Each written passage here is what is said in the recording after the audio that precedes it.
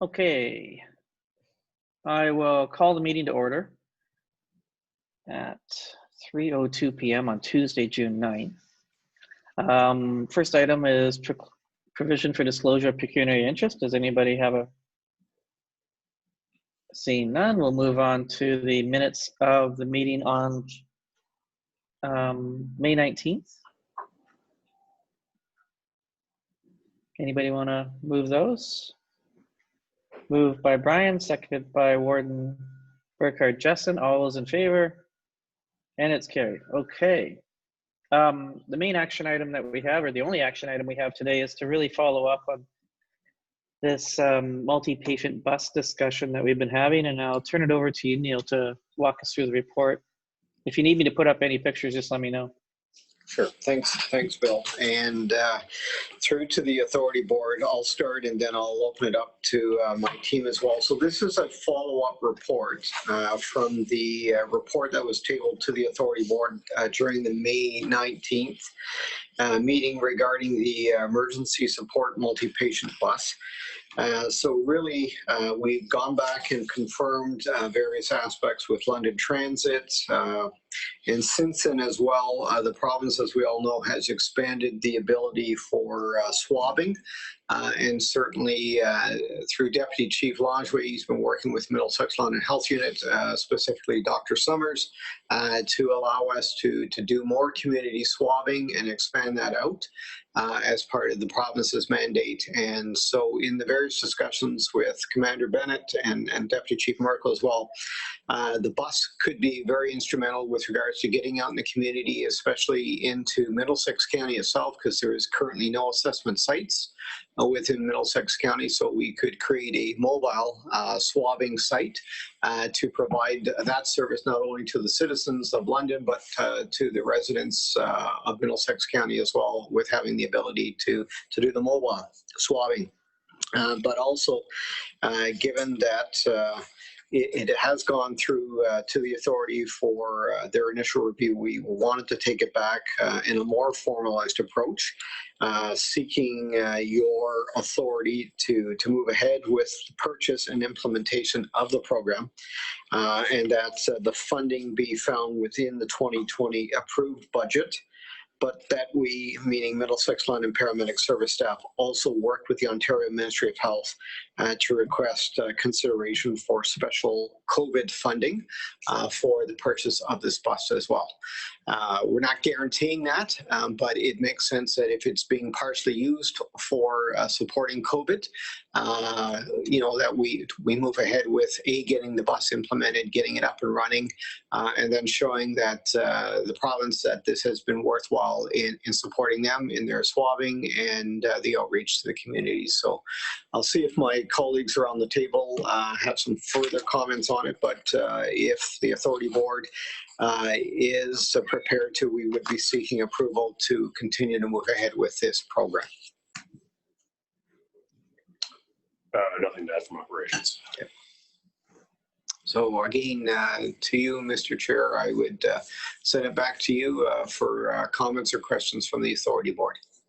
Okay. Any comments or questions from our group? Brian, go ahead. Thanks, Bill. Neil, if you use this for the COVID, like for testing, would you, the procedure would be, you're thinking right now would be going a couple of different places to the county to provide that? It would allow us, and I'll start and then I'll let it over to maybe DC Laundry. He's been doing more work with Middlesex London Health Unit. It would give us the ability to create a mobile swabbing site, meaning through the bus. Specifically, I'm assuming you'd come in, say, the back door and get initially triage, swab, and go out the front door. But it allows us to take a covered vehicle or, a temporary swabbing site, not only, whether it be the parking lot of White Oaks or in downtown Strathroy or in downtown, North Middlesex, Park Hill, that type of stuff. It allows us to at least move the site. And if we have bad weather, we're still able to at least do it in the vehicle itself. And it allows us enough space to properly ensure social distancing, proper use of the swabbing, and then sort of a one-way in, one-way out. But I'll see what Deputy Chief Langevin has to say. Yeah, thanks, Chief. Yeah, really. So the focus of it really ultimately is, and I'm certainly not an expert in IPAC and infectious disease prevention, but a lot of the work we've done with the health unit suggests that you want to really just control patient flow and patient movement when you're doing these things. And so the advantage of the bus compared to, say, a pop-up tent or coming into a municipal building or any of those types of things is you've got thought through traffic going in and out of a building, in the same door, out the same door. Even now, you're just walking through hallways that other people happen to be potentially in or have to go in. So the bus or a vehicle like this allows you to sort of control your environment, set up your flow of patients, and then you basically just keep moving it from place to place without actually having to change really the mechanics of how the patient's experience is coming in one door, screening, assessment, swabbing out the back, and then you kind of keep people moving through that space. So it presents us a really good opportunity to have that, to afford us that contained testing ability. And then obviously the advantage being that it's mobile. So we are in the process now of setting up a local swabbing site with the work of the health unit to be able to test our own staff and family. And then sort of the next phased approach would be to try to take that, learn from it quickly, and then start to be able to move down the line.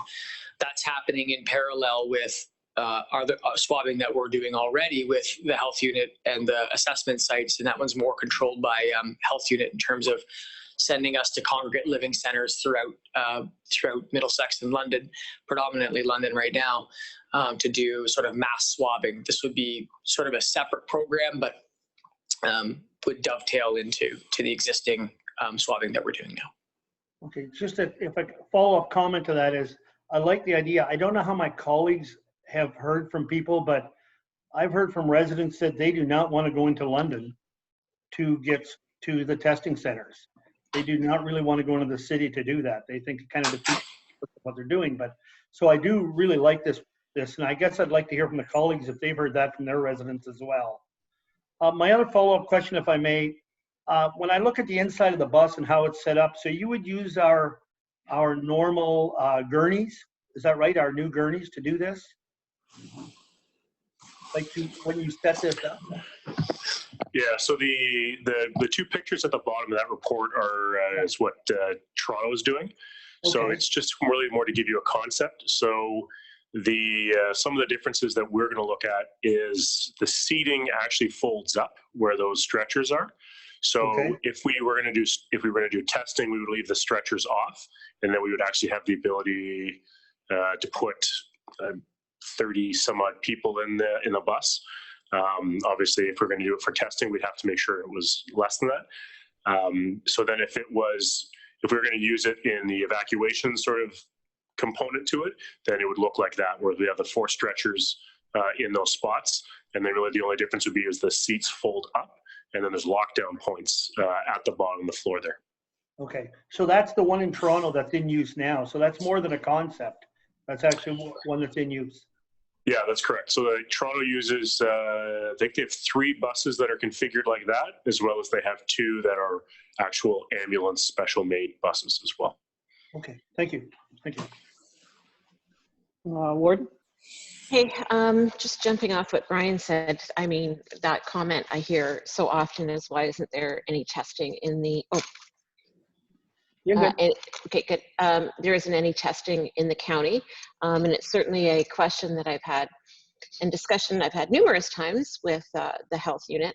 And, you know, I understand the health unit's perspective. I do. I mean, we know that the testing centers in the city are actually managed by LHSC, and the health unit is a support for that. But it certainly would be great to be able to get testing out to the county, especially if, you know, there is a second wave or even an outbreak in a certain community. I think that this would be great. So I am very, very supportive of that. I'm just curious, guys, what do you think the turnaround time will be to retrofit the bus? So I think it's going to depend on, it went to Milton to be assessed to sort of see if there's any structural issues and stuff like that.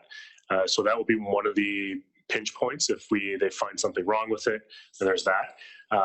We're actually pretty confident that we'd have it up and running fairly quickly if it was just for the testing sort of phase of this. We'd be able to flip it fairly quickly because really we wouldn't change the inside at all. We wouldn't have the stretchers in it. It would really just be outside branding. And then again, it kind of hinges on if maintenance, they find anything wrong with it or how much that's going to cost or how long that would take. So we would hopefully have it fairly quickly. We should know within the day sort of where that lies and stuff. Curtis, go ahead. Yeah, like the warden and Councillor Ropp, I'm in support of moving forward with it. I think it's a great idea, and I said it at the last meeting. You know, this is something that's in other areas, and I think it's a great addition to our fleet. So I'm in full support of adding this into the Middlesex London Health or Middlesex London Paramedic Services. Okay, I don't think we have any additional questions that I can see. So we have a recommendation there. Does someone want to move it? Curtis is the brave volunteer, seconded by Brian. All those in favor? That's carried. Okay. We're all in support, so why not throw my hand up? Yeah, exactly. Oops. Okay. So I'm trying to think, Neil, there's nothing really else that we need to talk about at the moment. There's no correspondence items under C. Are there any inquiries that anybody has? Brian, you asked a good question at County Council. We'll get back to you. Your question was really in regard to the increasing cost of supplies, and we will get back to you on that, right? Do you want to say anything about that? No, I think they're going to get back on that. I just have a question, how everybody's doing, how the paramedic, how it's good question. going through the COVID. Yeah, thanks. Neil, you want to take that one? So far, so good, but I'll let my team tell you how they're doing and how the front line are doing. Yeah, so our paramedics for the most part have been doing quite well. We have the odd time where we have a few people coming back from being off or being sick, and there's some fears there, but it seems to be that we're able to address them fairly quickly. Great communication with the front line, and it seems like all the things that we've put in place have kept them safe. Knock on wood, we haven't had anybody actually had COVID, which has been good. We've had lots of cases where we've moved them, but again, all of the things that I think we put in place, safety-wise, PPE-wise, and everything else, they've been following it, and it's been good news so far. Cautiously optimistic. Yeah, very good. Do you have a wooden desk there in front of you? I guess you do. We can knock on it. Bang on. Last time I did that, Neil noticed that Baxter went to the door, so I better not do that. He's not here today, so we won't have that problem. Okay, I think that's it, everybody. Next meeting is going to be at the call of the chair. Appreciate all your attention and your time today. And yes, Neil, go ahead. Sorry, just a quick update to the board because it is late breaking. So I think it was late last week, Assistant Deputy Minister Blair, who is our ADM over Light Ambulance, indicated that the 2020 funding allocation, so the funding letters, had been finalized and that she would be in the process of sending our letters out. I have no clue what it's going to be, but I just wanted to share that with you, that we will continue to gently push her for the release of letters so we know what the ministry's position is for 2020. Yeah, a very nice lady, and yes, she's doing a great job there with the ministry, and I haven't seen the letter yet. The warden hasn't seen it yet that I'm aware of, and we know what we want it to say, so hopefully it says what we want it to say. That'd be great. Okay, anything else, Neil, you can think of? I'm not sure if Deputy, I see the warden's got her hand up and Deputy I Chief see that. Washburn may have something. I see the warden first, so go ahead. Okay, I just on the, I just thought of this and thinking that we don't have a next meeting scheduled. I wondered how the diversion of the mentally, the Yeah. mental health patients, how that was going. I know that, you know, there's been some differences in call volume, so I don't know whether or not we One can of the speak mics might to, answer that. one can speak to the diversion, but if you can't, maybe in, you know, for the next meeting, maybe we can discuss it. What do you think, Mike? Sure, thanks. So I happily can speak to that. I just am waiting for my internet here to, my computer to log in. I got the numbers right in front of me once I load it up. So just give me one quick No pressure, Morgan. one quick second here, and I'll get it. The very Was there quick something else, piece of Mike, it- you wanted to talk about other than that while you're waiting for that? Sure. My question was actually to Councillor Ropp. So I just wanted a bit of clarity, if you don't mind, on what specifically, when you were talking about the consumable costs, are you talking globally or were you focusing on oxygen specifically, just so I can better understand to answer you?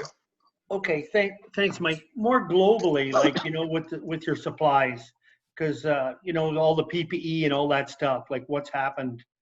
I know there's nothing we can do. I was just curious how that goes, how much it's changed. Sure. Okay. We can certainly get a better, clear answer on that then. So thanks. And to the warden. So to answer your question, since we launched the program, we have now had 74 patients brought to the diversion site. We're calling it a 93% success rate, and that success rate is determined by when our paramedics determine that they'd like to take somebody to the assessment site as opposed to the emergency department. They're part of the treatment algorithm is to phone ahead and get permission to do so. If that permission is declined by the treatment site, then we would call that an unsuccessful diversion, because the paramedic thought to do that, but then one reason or another it wasn't allowed. So in that case, we had six patients that were declined, 74 were accepted. So 93% from there. And then from there, we, to our knowledge, we've not had any patients who then, once they went there, had to then go to the emerge anyway. So with those patients who ended up going to the assessment center, never had to go to the emergency department. So our numbers are actually about where we expected them to be. So on average, about one per day in this pilot, with the current sort of stringent criteria that they have to meet to do it. So the short version, I guess we're learning a lot from what we're doing now.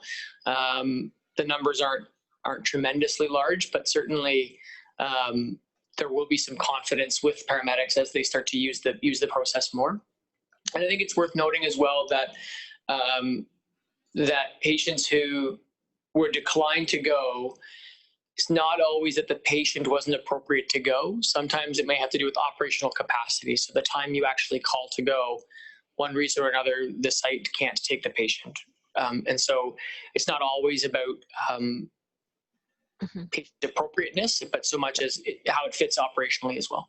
So I hope does that answer your question? Yep. No, that's great. That's great. No, thanks very much. Appreciate that. Perfect. Thanks, everybody. Anything else from the boardroom? You guys all good? Yeah. Yeah. Lots of smiles there. Okay. Adam, you look happy today too. That's good. You got the annual report out. That's good. Brian, anything else? Yeah, your team are rock stars, Neil. The whole team. Yeah. I had, honestly, the ambulance came to a family member of mine, I think 3 weeks ago, and they were awesome. The way they assess the situation before they go into it, just everything. Rock stars, man. Yeah. Good to hear. Thank you. I Thank you for appreciated you mentioning that to me earlier, Brian. I think that's a really good anecdotal story, and we get a lot of those types of comments. So that's, I'm sure you do. Yeah, I'm it's sure. great.